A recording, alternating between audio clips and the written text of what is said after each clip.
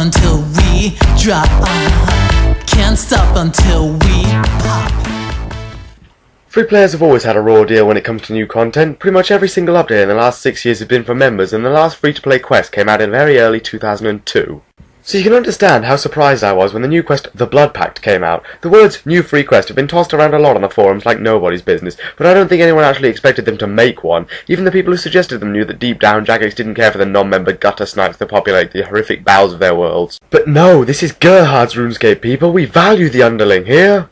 The Blood Pact is the first free quest, excluding holiday events, in some time, and given that it's for free players and that this was the first quest I was doing solely for reviewing purposes, I thought I'd have a laugh and do it in a free world to get a true taste of what it's like. However, after logging in World 1 and being literally bowled over by the massive spam and leet-speaking 12-year-olds who think themselves ironically cool, I thought that's a fucking stupid idea and went back to the members world intending to get this quest over as soon as possible. I was pleasantly surprised, though, to find that I was not disappointed by the Blood Pact, which is a prime example of a free quest. Or rather, it's an example of a free quest. It's hardly a prime example, given that it's painfully easy. I think Jagex kind of forgot what it was like to update free players and thought that they were all level 3 with no skill, training or combat know-how, when of course they are wrong. I know at least 3 free players that can hold their own in a fight, and one of them is level 5, no less.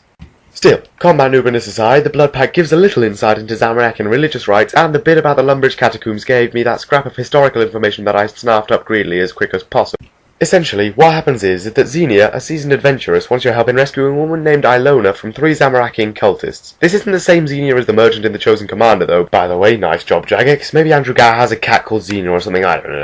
Anyways, the Zamorakian cultists capture Ilona for their own devilish purposes, which are expanded upon. They each have names and their own little backstory, which, as you'll remember from my Chosen Commander review, is my definition of a good character, which RuneScape specialises in. Oh wait, no you won't, because it keeps getting delayed, because Jagex keep releasing more fucking content! Piss off, Jagex, you update happy bastards! But yes, the 3 cultists are extremely well characterised. There's Kale, the cowardly nerve-wracked one who was bullied into coming along, Reese, the psychopathic zealot who'll stop at nothing to reach his goals, and Caitlin, the other psychopathic zealot who'll stop at nothing to reach her goals. Alright, so one of them was well characterised and the others are just the Zamorakian archetypes, but I can dig it. Xenia attempts to help you in the quest, but she's old and henceforth shit, being hit for 2 damage. Yes, that's 2 damage, not 20 damage. Some of us have gotten used to the hit points update, thank you very much, and is put out of action by Kale. She then leaves you to deal with the cultists and stays behind the scenes to act as a guide for budding players. Of course I need no such help, I'm a member of the fucking Legends Guild.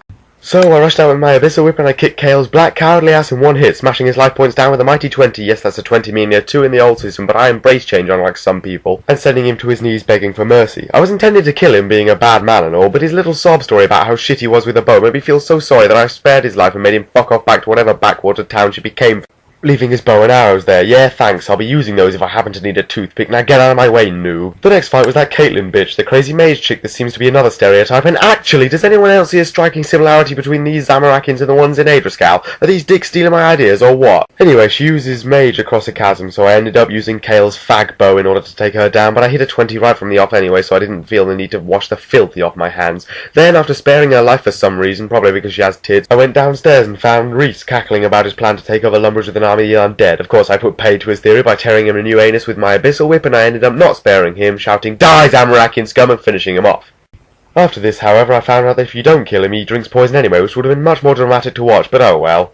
After you clear the shit up and free Ilona, Xenia gives you a little reward of some bronze arrows which I promptly vomited over and threw in the river Lum, and some runes which I kept in order to teleport places because walking is for chumps. So yeah, do the Blood Pact. It can't hurt. It's not like you'll lose anything from it apart from dignity. I can see this as being a nice break for free players, and the reward isn't bad. 250 errands will never go amiss, and I can see the low-level dungeon with some unique creatures will provide some much-needed spice to a bland, sugarless bowl of porridge and prostitutes that non-members are usually associated with. Think of the Blood Pact as honey sprinkled on the top of a morning bowl of muesli, or a dab of icing sugar on some very, very dry cupcakes. My god, I'm hungry.